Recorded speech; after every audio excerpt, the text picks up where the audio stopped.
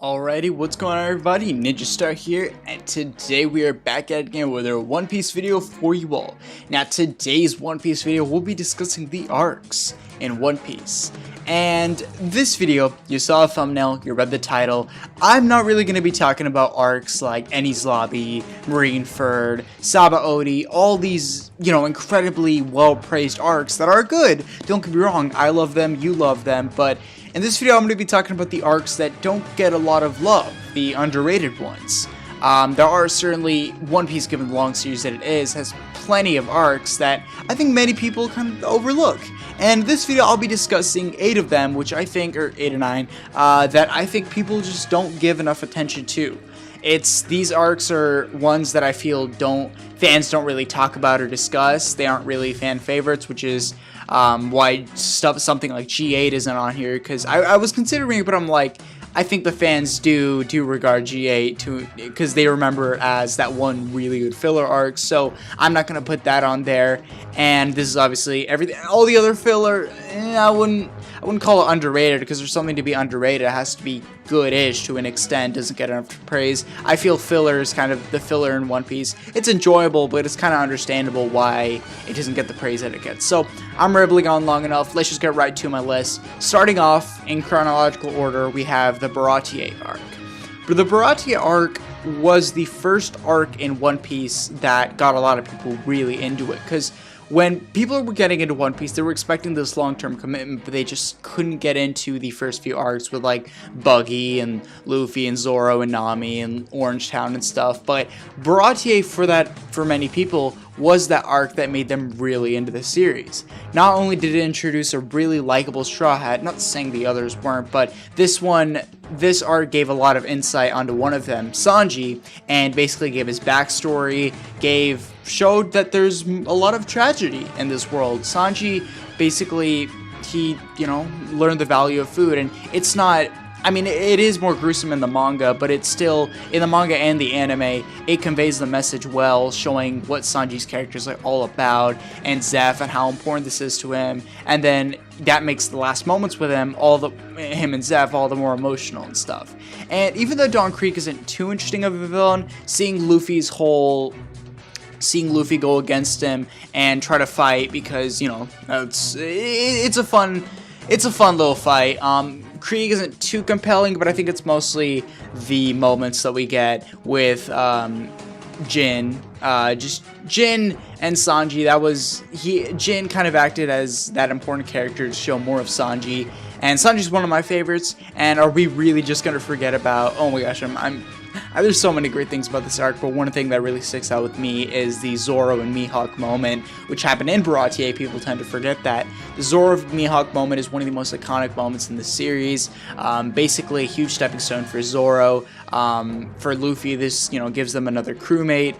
We begin to get a bit more insight on, wow, these characters can be pretty tragic and have some tough backstories. And then then we get to the arc afterwards, which is Arlong Park. And I was gonna feature that, but I'm like, okay, Arlong Park gets enough praise as is. We don't need that. So the first pick on my list is Bharati A. You guys, if you haven't seen that in a while, I would recommend watching an episode of East Blue, the One Piece special that came out last year, and that kind of recaps the entirety of East Blue, and the way it did Bharati A was really well done. Highly recommended. So next up on my list, we have the Log Town arc. And speaking of the episode of East Blue, this arc was not featured in it despite being part of the East Blue saga. And I feel it should have, because one of the strongest things about it is it wrapped up the saga of East Blue very well. Because basically the point of East Blue was to introduce these characters in One Piece that we would know to grow and love. And after we just get off kind of Nami's whole character arc, we kind of need something to wrap everything up together, tie all loose ends, and start heading off for the Grand Line. We kind of need that transition arc. And Logtown served its purpose, and it wasn't too long. Oda knew he shouldn't have dragged this out. It was literally only 5 chapters, and even the filler that was in the anime was pretty enjoyable. So they made Logtown an overall kind of fun, chill, laid-back arc after getting back from Arlong Park, an extremely hype arc that many fans already love. So this one, what Logtown did, people just sleep on it way too much. It introduced Dragon. Dragon, one of the most potentially prominent characters in the series, you know, Luffy's father. You know, we had no idea what he'd been like until, you know, Dragon actually showed up, and the way Oda foreshadowed it was so great. Like, we didn't expect it. It was just, oh, some random stranger. Then we find out, oh my god, it's actually someone really important to the story. We also get an introduction to one of the central antagonists of the series. It's minor-ish, sorta, but definitely one of the long-running antagonists of the series, Smoker. And, you know, it was nice to see him there. He served as an antagonist for this arc, and we can totally see the gap between Luffy and Smoker. I mean, it's not as noticeable, because it's just like, it's still a fun arc at the end of the day, but it can still show us that, yeah, Luffy's not the strongest. He still has his ways to go. And another thing that I liked was it gave us one of the most underrated moments in the series. I know I keep saying the word underrated, but I really mean it. Luffy, when he's about to kind of, you know, be executed by Buggy at Logtown, the place where Roger died, Luffy, he doesn't get upset about it. He doesn't get angry. He just smiles, you know, because he has the will of deed. Back then, we probably didn't think too much of it, but as we kept going forward in the story and we saw, you know, what the D clan, kind of an idea what they're like. The D has never, I don't think it was really addressed, but one of the central themes of it is you smile right before your death, and, you know, this arc conveyed that aspect really well. We also, you know, get to see everyone's reaction to Luffy's first bounty and all that, and it was nice. It was nice. So next up on our list, we have Jaya. And Jaya Skypiea, I'm gonna kind of throw this together. This might be cheating, but I don't really care because they correlate way too much for me to kind of count them separate, but whatever.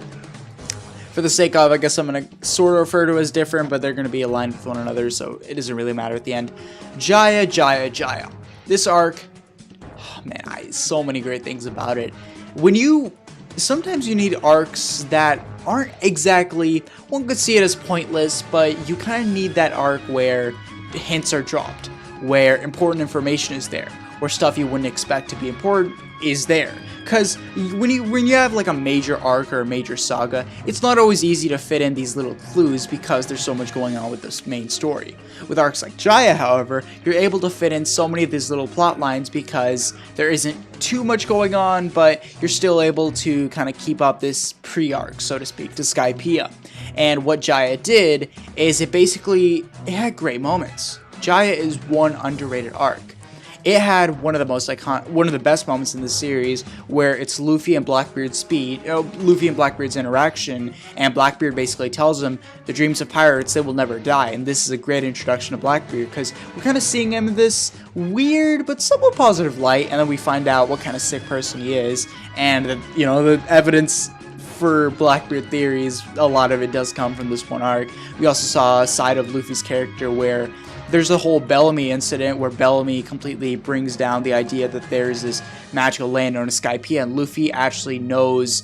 We see this mature side of Luffy where he doesn't instantly fight back, even though he always fights for what he believes in. He knows there's no point picking some fights that just are pointless. And this was a great moment for Luffy's character. I absolutely adore this, and it was great to see Bellamy again in Dressrosa. And it wouldn't have had that same meaning if, you know, he wasn't introduced here so well in Mocktown/Jaya. Luffy versus Bellamy, the way it goes out is so satisfying. Just that one punch, you know, it works so well. And then we have probably one of the highlights of this arc too.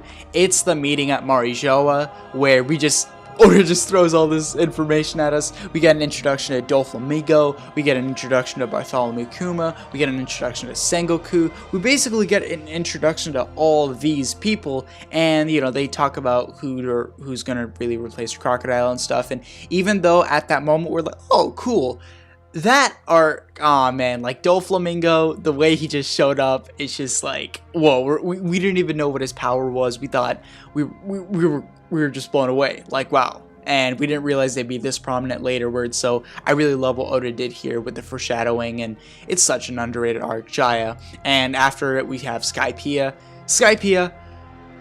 People tend to rag on this arc a lot more than it should, to be honest. Yes, I understand it's very long. Yes, I understand it can be tough to get through, especially upon first viewing. But my god, it is such a brilliantly written arc, and Oda was so creative, and you can tell he was having so much fun with it. We don't get a lot of this adventure aspect in One Piece. One Piece I would still consider an adventure shonen, but we don't get to see especially since the time skip, one thing that I feel has been lacking is the lack of actual adventure, actual excitement of exploring these new lands. Now it's mostly about taking out this Yonko, taking out this foe, and it's sort of become generic shonen, but you know, One Piece still sort of deviates from the formula. But what Skypiea does completely deviates from the regular shonen formula, and Oda just puts extra emphasis on the adventure, on the journey, on the destination, all of that. Skypiea is such a brilliantly crafted world. It's so unique. Enel is a fantastic villain. I think at this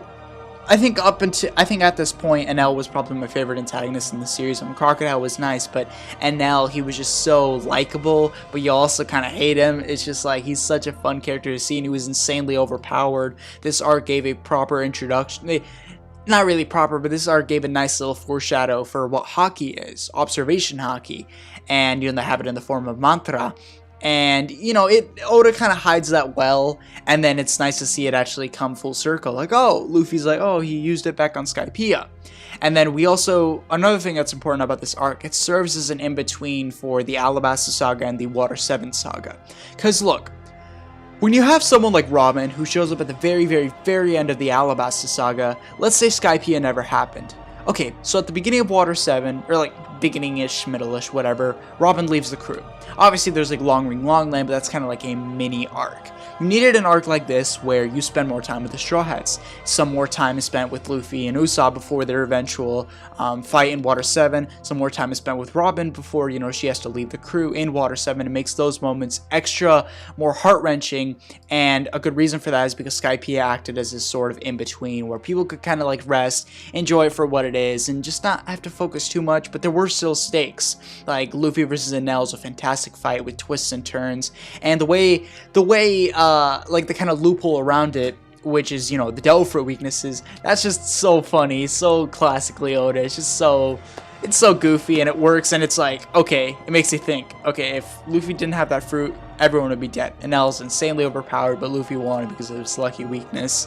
And yeah, I love the Nolan flashback, the way Skypiea showed the Shandorians and the Skypieans, like their whole kind of feud for many years. It was great. Like, I love the backstory. We also saw all the Straw Hats fight. Like, we haven't seen a Robin fight in such a while, and it was nice to see her actually get a proper one. And it's great. So many great things about Skypiea, the whole Bell thing. Man, people really don't like this arc, and I don't know why. I mean, I get that it was long, but everyone should have just enjoyed it for what it was. Because Skypiea, great adventure arc, and what Oda did with it, I was so impressed. So, I guess reread Skypiea or rewatch it. I think reading in the manga is a bit better, because the way the anime does take and make it come off really repetitive, especially with the recap, but that's besides the point. Let's get on to our next underrated arc, and that is Thriller Bark. I think this one's probably one of the most controversial. I don't know about the most, but I think if I had to rank it, maybe Skypiea would be number 3, Thriller Bark would be number 2, and one that I'm about to get to, I think in a while, will be my number 1. I'll address it, don't worry. Thriller Bark. I reread this arc recently, and I enjoyed it so much for what it was. And when I look back, because I read this over the course of a week on a long road trip. So I guess maybe that might be why I got more enjoyment. But even rereading it, I could see the greatness that Oda had in writing this arc. So Thriller Bark, you all know, revolves around the Straw Hats making their way along the Florian Triangle, encountering this weird, spooky horror island called Thriller Bark, and we get a new crewmate named Brooke, and they have to fight against Gecko Moria, and then another warlord comes along the way. I think it's a fun arc. It acts as kind of like Skypiea. It acts as a nice in-between between Eni's Lobby Saga, or Water 7 Saga, and the Summit War Saga. Because right before, I get that they kind of correlate because, you know, the Straw Hats declared war on the world government, but you kind of needed an arc like this to kind of chill back before you get to the Straw Hats' eventual separation in Saba Odi, and that makes that moment all the more, you know, kind of sad because you spent so much time. Thriller Bark, the Straw Hats have a fun adventure going on. You just like Brook's such a fun character to see. We got so many funny character moments, like Luffy pushing the zombie back into its grave. It was so funny. I love what Oda did here. You could tell he took a lot of inspiration from horror movies or classic scary 80s movies or whatever. It was nice, and as a fan of this kind of goofy-ish horror like this, I enjoyed seeing it. I mean, I wasn't too big on Gecko Moria, but I really loved the humor that was in this arc. You remember Frankie and the whole Frankie, Sanji, Zoro, Chopper, and Usopp, them kind of being like, hey, we should combine together in this like epic mega dude to take out Oars, and then Robin's just like, no, that idea is absolutely stupid. You just get these fun character moments in Thriller Bark, and the overall plot of Thriller Bark is just fun. It's a fun adventure. It doesn't take itself too seriously, and it serves its purpose as an in-between arc, and it also gives some very key moments, or like some key foreshadowing too, like for instance, Nightmare Luffy directly foreshadows Gear 4th. We got some nice moments for Sanji, you know, him going up against Absalom. That was pretty funny. But I think the biggest one, the elephant in the room, Zoro's sacrifice on Thriller Bark. That's easily that's top 3 moments of the series, no question. And after getting off kind of underwhelming villain like Gecko Moria, I'm not gonna lie, but his fight with Luffy was cool. We get someone like Bartholomew Kuma, who's so imposing, and then we see Zoro, a man who's already had a decent amount of showtime in this arc. You know, because he had his whole Ryuma fight and all that. We get to see him basically take all of Luffy's pain. That moment is amazing. It's just so great. Portrays Zoro's character so well, shows his loyalty to the crew, and just so badass. Just so badass. I love that moment so much, and I think it has such a satisfying conclusion to it that makes the arc wrap up so well. Because one thing that kind of gets me at One Piece arcs is I love kind of towards the end, it's like, okay, yeah, we've come a long way on this journey, now let's head to the next one. With this arc, yeah, that happens, but like, there's a big thing at the end. Like, Thriller Bark ends on such a high note that it left me in a good taste in my mouth. And the way I see it, the ending of something can either make it or break it. For instance, look at the Future Trunks arc in Dragon Ball Super. The ending for that was garbage, and that kind of ruined a lot of people's taste in it. But with here, Thriller Bark's ending was fantastic, and that left me with a good taste in my mouth. So, kind of shifting arcs a bit on the topic of Summer War, because I mentioned it earlier. We then have not Sabaody, not Amazon Lily, but Impelled Down. I was thinking about putting Sabaody on here. In fact, it's actually my second favorite, but I think it gets enough praise for its key character moments. One arc that people tend to shrug over too much is the Impelled Down arc, where Luffy has to break into the heavily guarded prison Impelled Down to go and rescue his brother, Ace, from being executed. So, one thing that's really nice about Impelled Down is it's a direct segue from Amazon Lily. Like, you can't just watch Amazon Lily and end it there. You have to watch Impelled Down. That's kind of a prerequisite. And Impelled Down, seeing the journey that Luffy takes, it kind of does add to the adventure aspect a bit, because Luffy has to explore this vast area, just constantly. He doesn't know what to expect. He's just having to take on this danger, all in hopes of saving his brother, Ace. And he meets some friends along the way, or allies, I should say, along the way, and it further solidifies something that was addressed by Mihawk later in Marineford. Luffy's greatest strength, the ability to make allies with just about anyone, his charisma, and this arc conveyed that really well. You can see, it was nice to see a reintroduction of certain older characters like Mr. 1, Mr. 2, Crocodile. Yeah, it was great. Bon Clay's sacrifice, and we also get an introduction to characters like Jinbei. That was just awesome. Magellan was such an interesting villain because he was just doing his job.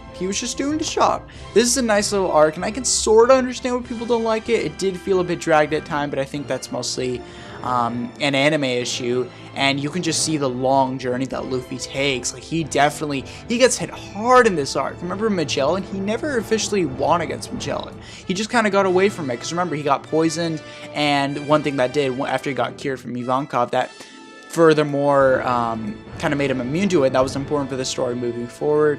It's just so great what the exciting and long journey Luffy takes through Impelled Down and back. And we also get that great moment of Blackbeard and Luffy's encounter. They don't really fight too much, but it's just like, wow, It's last time we saw each other was Jaya, and Blood didn't seem too bad, but now we're seeing the full circle of this character. Like, yeah, this guy's nuts. He's definitely a threat, and I love the way this arc goes about. It's a prelude to Marineford, basically, and it segues really nicely.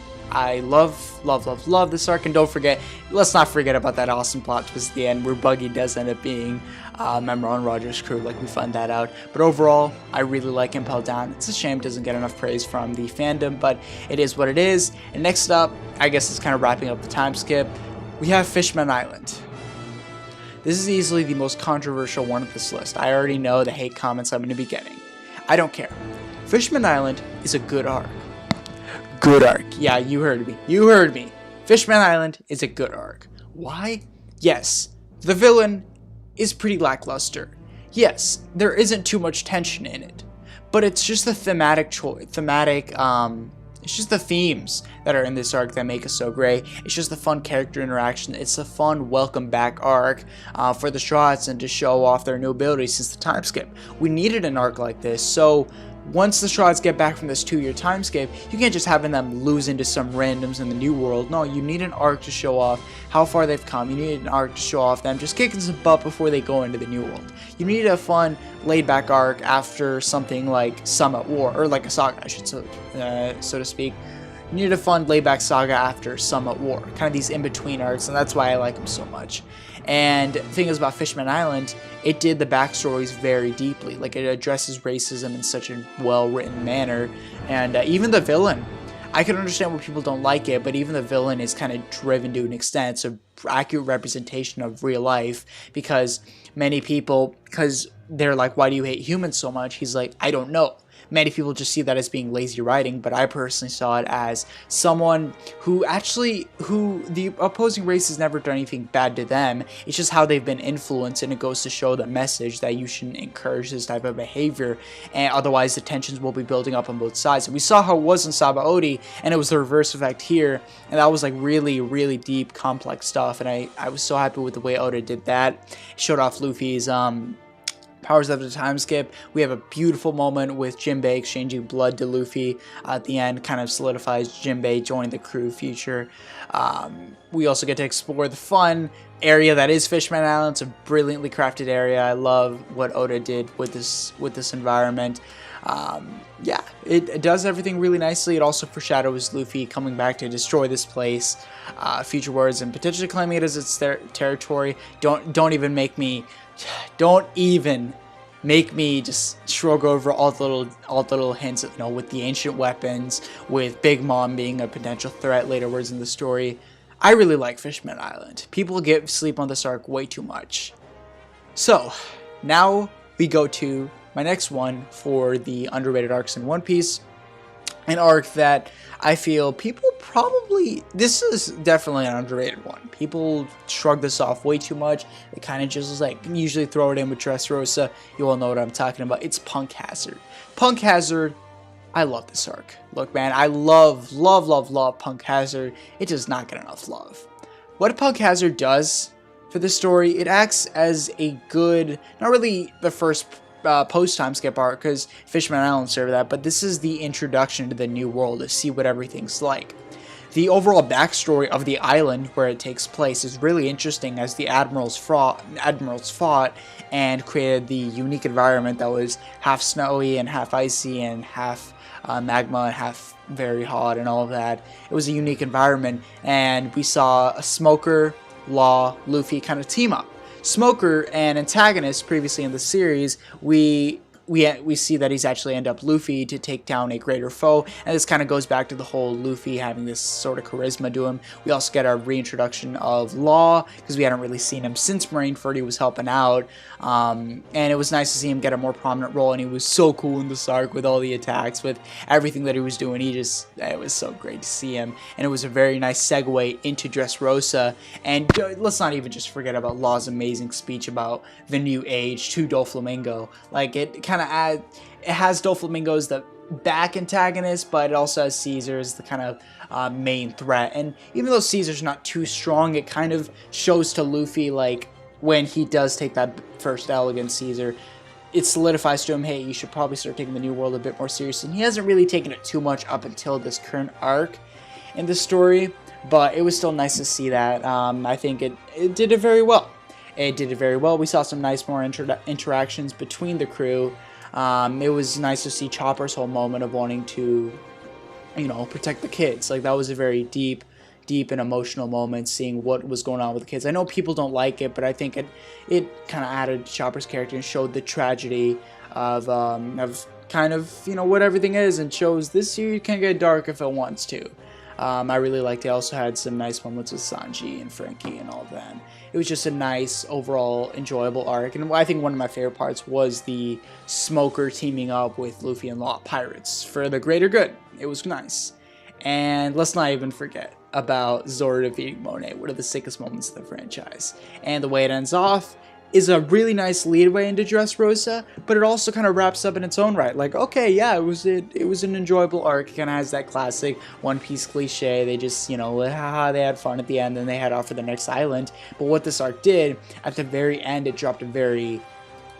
At the end, Aokiji shows up, a character who we hadn't really seen since the time skip, and it was nice to see him kind of save Smoker there from Doflamingo's wrath. And that had a really, really nice ending to it, and that left everyone with a good taste in their mouths and ready for Dressrosa. And I like Dressrosa, don't get me wrong, but I kind of like these two arcs equally. Even Zoe. I like Zoe, Dressrosa, and Punk Hazard equally, but I think Whole Cake Island's still probably my favorite New World arc.